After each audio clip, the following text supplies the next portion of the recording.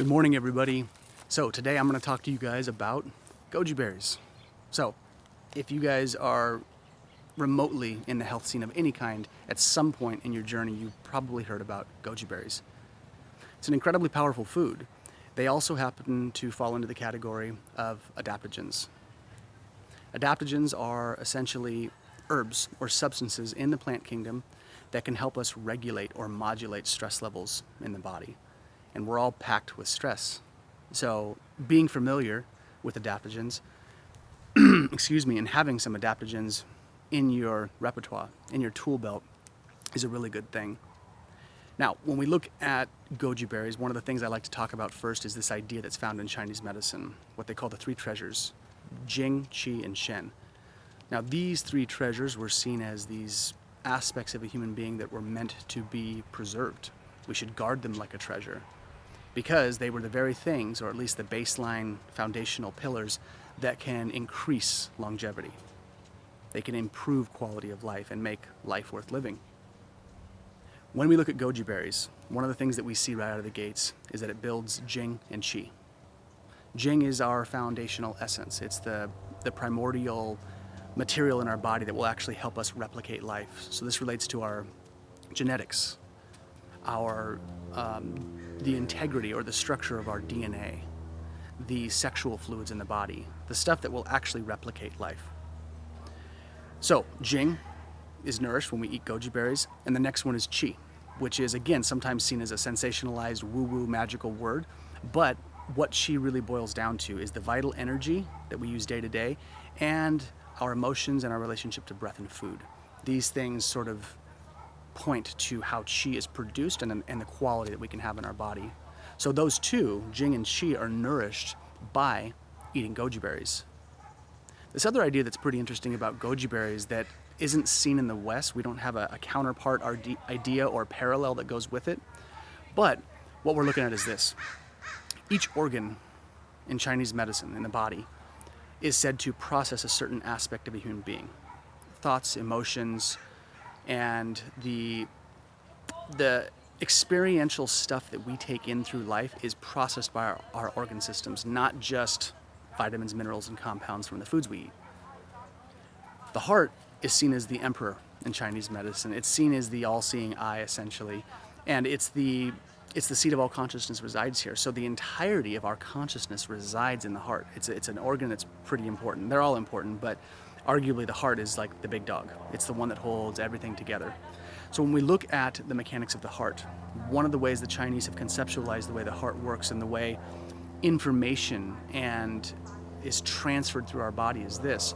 Because the seat of consciousness is in the heart, when the heart beats, boom, boom, boom, boom, it's essentially stamping that emotional imprint into the blood, and that emotional imprint is then circulated throughout the entirety of the body.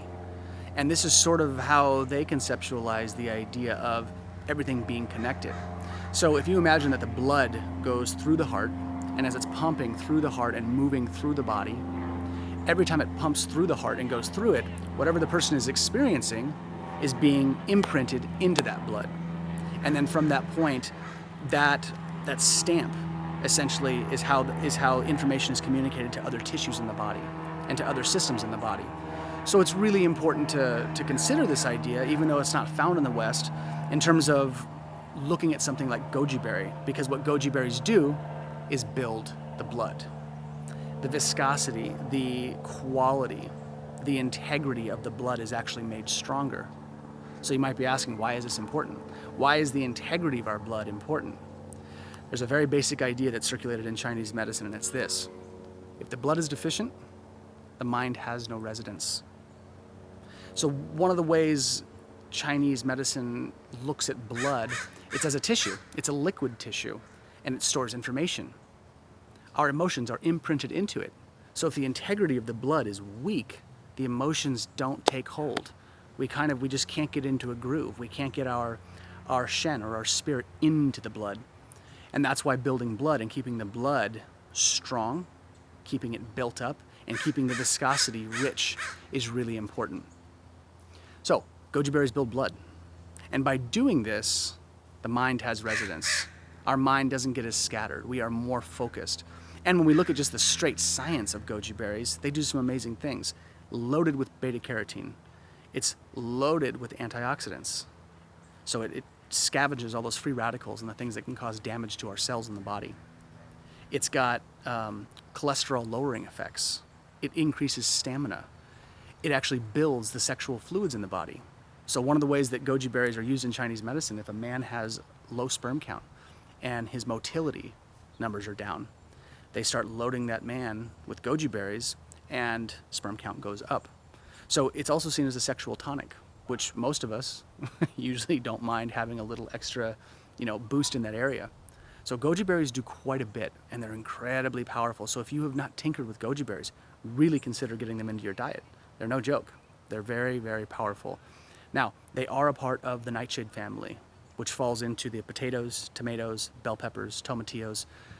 The list is bigger than that, but if you are sensitive to nightshades, introduce goji berries slowly because they are a part of that family.